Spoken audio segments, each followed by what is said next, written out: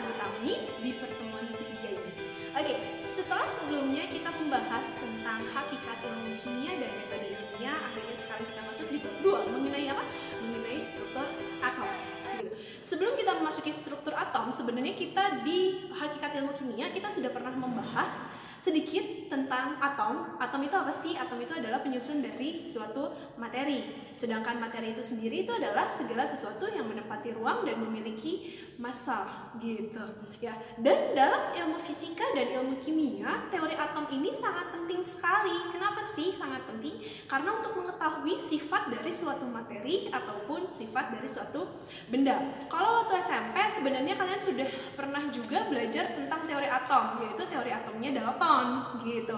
Tapi perlu kalian tahu sebenarnya sebelum Masehi, jauh sebelum Dalton menemukan tentang teori atomnya itu, pada akhir abad keempat atau awal abad kelima sebelum Masehi, sebenarnya sudah ada ilmuwan yang mencetuskan tentang atom ini. Siapakah beliau? Ini saya akan ceritakan sedikit. Gitu. Jadi di Yunani pada masa itu, pada abad keempat itu sebelum Masehi, ada dua tokoh penting. Yang pertama itu ada Aristoteles dan yang kedua itu ada Demokritus. Mungkin kalau Aristoteles kalian sering mendengarnya di pelajaran biologi gitu ya, tapi kalau Demokritus mungkin agak asing gitu ya. Jadi mereka berdua ini memiliki dua pandangan yang berbeda. Apa sih yang berbedanya? Tentang apa gitu. Jadi mereka memiliki pandangan yang berbeda tentang jika suatu benda dipotong terus-menerus, apakah akan ada ujungnya atau tidak. Aristoteles yang pertama berpendapat bahwa jika suatu benda dipotong terus-menerus, terus, tidak akan pernah ada ujungnya. Jadi masih bisa terus dipotong gitu. Sedangkan kalau Demokritus sendiri, dia menganggap bahwa jika suatu benda dipotong akan ada ujungnya. Nah, ujungnya yang paling kecil inilah dalam bahasa Yunani, yang paling kecil ini dikatakan sebagai atomos gitu. Tapi berhubung teorinya dari Demokritus ini kurang penelitian atau kurang eksperimennya, sehingga dianggap teorinya ini kurang sempurna gitu. Makanya jarang sekali digunakan gitu. Akhirnya pada tahun 1800-an baru muncullah John Dalton ini dengan teorinya. Beliau ini mendasarkan teorinya dari dua hukum. Yang pertama, hukum Lavoisier, dan yang kedua itu adalah hukum Proust atau hukum perbandingan tetap. Kalau Lavoisier itu adalah hukum kekekalan massa. Dari hukum tersebut, Dalton ini mengemukakan bahwa atom itu adalah sesuatu yang paling kecil dari materi dan tidak dapat dibagi-bagi kembali. Kemudian atom dari unsur yang sama itu identik, gitu ya. Dan Dalton pun mengatakan model atomnya itu adalah seperti bola pejal. Apa itu bola pejal? Bola pejal itu adalah bola bulat yang sangat padat, gitu ya. Jadi menurut Dalton, atom itu seperti bola pejal. Tapi di dalam teori atom Dalton pun memiliki kelemahan. Apa kelemahannya? Ternyata Dalton ini tidak bisa menjelaskan mengenai sifat kelistrikan dari suatu senyawa ataupun larutan. Akhirnya pada tahun 1840-an muncullah siapa? Muncullah J.J. Thomson. Nah, J.J. Thomson ini melakukan eksperimen untuk memperbaiki teori atom dari Dalton. Apa sih eksperimennya? Jadi Thomson ini melakukan eksperimen tabung sinar katoda, di mana dalam eksperimennya ini Thomson menemukan bahwa di dalam atom itu terdapat suatu partikel yang bermuatan negatif, yang pada akhirnya dinamakanlah elektron gitu. Dan posisi elektron ini tersebar gitu di dalam bola pejal tadi. Jadi si Thomson ini menganggap bahwa bola pejalnya itu bermuatan positif dan di dalam bola pejalnya itu terdapat elektron yang bermuatan negatif dan dia posisinya menyebar secara luas gitu. Makanya akhirnya atom ini bermuatan netral. Tapi Thomson pun memiliki kelemahan. Apa kelemahannya? Thomson ini tidak bisa menjelaskan persebaran secara spesifik di dalam atomnya itu. ya. Jadi dia tidak bisa menjelaskan elektronnya itu menyebarnya seperti apa sih gitu. Untuk model atom Thomson sendiri dikenal sebagai model atom roti kismis. Yang tadi kan sudah dijelaskan, bola pejalnya bermuatan positif, sedangkan di dalamnya terdapat elektron yang bermuatan negatif. Roti kismis kayak gimana sih? Bisa gini, kalau kita biar gampang ngebayangin, kalau kalian tahu biskuit Good Time bentuknya bulat, nah itu anggap bola pejalnya bermuatan positif. Nah di dalamnya kan ada choco chip tuh. Nah choco chipnya itu dianggap sebagai elektron yang bermuatan negatif, atau bisa kita ibaratkan juga sebagai semangka. Semangka tuh yang warna merahnya itu bermuatan positif gitu bola pejalnya, sedangkan bijinya yang hitam itu dianggap sebagai elektron. Nah barulah setelah itu muncul kembali teori atom untuk memperbaiki teori atomnya dari Thomson. Siapakah dia? Dia adalah Rutherford, di mana Rutherford melakukan sebuah eksperimen menggunakan penembakan sinar alfa. Apa yang ditembak? Yang ditembaknya itu adalah lempengan emas. Lempengan emas ini dibuat setipis mungkin, dan dikatakan sih dalam sejarahnya bahwa lempengan emasnya ini setipis kulit bawang. Bisa kalian bayangin, emas kemudian dibuat setipis kulit bawang dan ditembakkan dengan sinar alfa. Sinar alfa sendiri itu bermuatan positif. Nah, beliau ini melakukan percobaan bersama dua muridnya. Dan pada saat percobaan, ternyata si sinar alfa yang bermuatan positif ini kebanyakan sinarnya itu diteruskan, tapi ada juga yang dibelokkan dan ada yang dipantulkan. Nah, sekarang kalian bayangin gini, kalau yang namanya sinar alfa dia bermuatan positif, kemudian dia itu sampai dibelokkan atau sampai dipantulkan, berarti kan dia nabrak sesuatu. Otomatis dia nabrak sesuatu yang bermuatan apa? Otomatis dia menabrak sesuatu yang bermuatan positif. Yes, pinter banget. Berarti menurut si Rutherford, berarti si sinar alfa ini menembak sesuatu yang bermuatan positif nih. Apa nih? Nah, beliau belum tahu apa ini gitu. Makanya dinamakanlah yang namanya inti atom. Inti atom ini atau nukleus, beliau beranggapan bahwa sepertinya inti massa dari atom itu ada di nukleusnya. Jadi nukleus itu sepertinya posisinya sangat besar gitu ya. Jadi selain dia menemukan bahwa di dalam atom itu adalah ruang kosong karena banyak sekali sinar alfa yang diteruskan, beliau juga menemukan apa? Beliau menemukan yang namanya inti atom yang bermuatan positif. Kemudian apalagi yang ditemukan oleh beliau? Beliau itu mengatakan bahwa elektron itu bergerak mengelilingi inti, dan masing-masing elektron itu memiliki lintasan gitu. Jadi nggak serta-merta elektron tersebar begitu saja, tapi elektron ini bergerak mengitari inti, dan elektron ini masing-masing memiliki lintasan. Makanya model atomnya dikenal sebagai model atom alam semesta biasanya gitu. Tapi ternyata teori Rutherford ini pun memiliki sebuah kelemahan. Kenapa?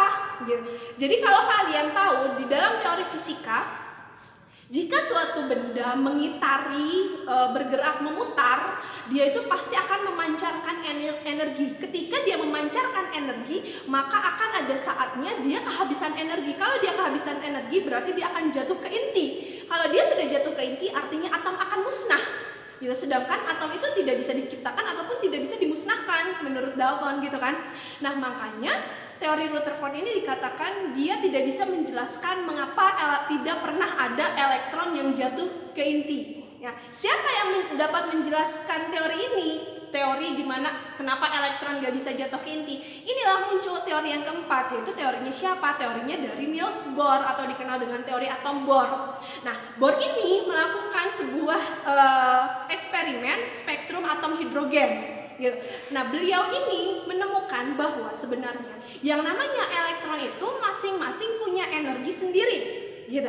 Jadi di dalam atom itu terdapat lintasan-lintasan yang mengelilingi inti atom. Dinotasikan sebagai lintasan K, lintasan L, lintasan M, lintasan N, dan seterusnya. Jadi kebayang dong, semakin lintasan itu dekat dengan inti, otomatis lintasan itu akan semakin kecil jaraknya. Jadi elektron yang menempati lintasan yang paling kecil itu juga berarti elektron yang memiliki energi yang paling rendah. Sedangkan yang paling jauh berarti energinya paling besar. Gitu, kebayang ya? Gitu. Jadi yang namanya elektron itu akan bergerak atau akan mengisi lintasan sesuai dengan energinya masing-masing, sehingga tidak ada itu istilahnya yang namanya elektron jatuh ke dalam inti gitu. Nah, kemudian barulah dikembangkan lagi teori atom itu. Ya, selanjutnya itu adalah teori paling modern dari atom, dan itu adalah teori yang digunakan sampai saat ini, yaitu teori mekanika kuantum. Oke, untuk teori ini diawali pada tahun 1942 oleh Louis de Broglie, ya. Dia ilmuwan dari Prancis, mengatakan bahwa yang namanya elektron itu bukan hanya bersifat sebagai partikel, tapi elektron juga bersifat sebagai gelombang. Selain Louis de Broglie, muncul juga siapa? Muncul juga di Schrödinger, ya, di dalam teori atom modern ini, di mana Schrödinger ini mengemukakan mengenai model atom modern. Dan yang ketiga adalah Heisenberg. Heisenberg ini mengemukakan asas ketidakpastian, gitu, bukan ketidakpastian dalam hubungan kalian. Apa sih yang dimaksud dengan asas ketidakpastian? Gini, kalau di dalam teorinya Niels Bohr, yang namanya elektron itu bisa langsung ditemukan saat itu juga di kulit K, di kulit L, di kulit M, atau di kulit N. Tapi ternyata menurut Heisenberg itu tidak pasti seperti itu. Jadi misal gini, saya Butami, ya, anggap saya sebagai elektron. Oke, saya di hari Senin, misalkan jam 8 pagi, kira-kira Butami ada di mana? Sepertinya Butami lagi ada di sekolah, terutama lagi di kantor guru, gitu ya. Tapi apakah setiap hari Senin jam 8 saya selalu di sekolah, saya selalu di kantor? Belum tentu. Bisa jadi saya di sekolah tapi saya di toilet. Bisa jadi saya di sekolah tapi saya di kelas, gitu. Atau bisa jadi Butami ini hari Senin jam 8 belum tentu ada di sekolah, bisa jadi lagi ada di Jerman. Ya enggak? Gitu. Jadi Butami itu hari Senin jam 8 belum tentu ada di sekolah, bisa jadi ada di rumah, bisa jadi ada di Jerman, bisa jadi ada di Amerika, bisa jadi ada dimanapun, gitu. Tapi kalau misalkan kalian mau nyari Butami hari Senin jam 8, kira-kira kalian akan nyariin pertama kali saya di mana? Pasti di sekolah. Kenapa? Karena kemungkinan terbesar saya itu ada di sekolah kalau hari Senin. Kemungkinan kalau saya di Jerman itu sangat kecil, gitu. Nah, yang disebut dengan kemungkinan terbesar itu adalah yang disebut dengan orbital. Jadi orbital itu adalah tempat kemungkinan terbesar ditemukannya elektron. Jadi orbitalnya Butami kalau hari Senin jam 8 di mana? Di kantor, di sekolah, gitu. Tapi orbital Butami kalau hari Minggu kira-kira ada di mana? Ada di rumah, gitu. Jadi orbital dari elektronnya namanya, makanya si elektron ini dia mobilitasnya sangat tinggi. Jadi tidak bisa dipastikan posisi dia ada di mana. Jadi yang hanya bisa dipastikan adalah kemungkinan terbesar ditemukannya elektron, dan tempat itu disebut dengan orbital. Kita akan mempelajari orbital lebih lanjut pada pertemuan selanjutnya, gitu. Oke, kita bahas yang pertama lagi. Ada teori yang pertama siapa? Demokritus. Demokritus mengatakan sebagai atomos. Kemudian ada siapa? Dalton. Dalton model atomnya seperti apa? Seperti bola pejal, bulat dan kecil, gitu. Kemudian muncul lagi siapa? Thomson. Thomson melakukan percobaan apa? Sinar katoda. Menemukan apa? Menemukan partikel negatif, yaitu elektron.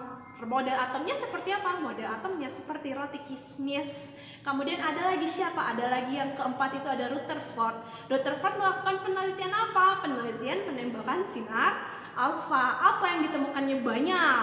Atom terdiri dari ruang kosong. Ternyata di dalam atom ada nukleus atau inti atom yang bermuatan positif. Kemudian elektron masing-masing punya lintasan, gitu, untuk pergerakannya. Nah, dan yang keempat ada siapa? Ada Niels Bohr. Di mana Niels Bohr ini mengatakan bahwa ternyata elektron itu memiliki energi masing-masing, gitu ya. Baru muncullah teori mekanika kuantum dari Louis de Broglie. Kemudian ada siapa? Ada Schrödinger. Selanjutnya ada Heisenberg. Yang dibahas utamanya itu adalah orbital. Apa itu orbital? Tempat kemungkinan terbesar ditemukannya elektron. Itu yang disebut dengan orbital. Gitu, mungkin untuk materi mengenai perkembangan model atom sampai di sini dulu. Ini walaupun hanya sekedar teori, sebenarnya teori itu masih akan terus berkembang sampai kapanpun, sampai akhirnya nanti akan muncul hukum atau mungkin ya. Terima kasih, untuk tugasnya akan saya beritahukan di WA group ya. Jika ada yang ditanyakan pun silahkan ditanyakan melalui WA group. Terima kasih banyak untuk perhatiannya. Semangat terus, bahagia terus. Mungkin kita masih belajar seperti ini, tapi insya Allah semoga dalam waktu dekat kita bisa belajar tatap muka seperti biasa di kelas secara normal seperti biasa. Thank you so much buat hari ini. Wassalamualaikum warahmatullahi wabarakatuh.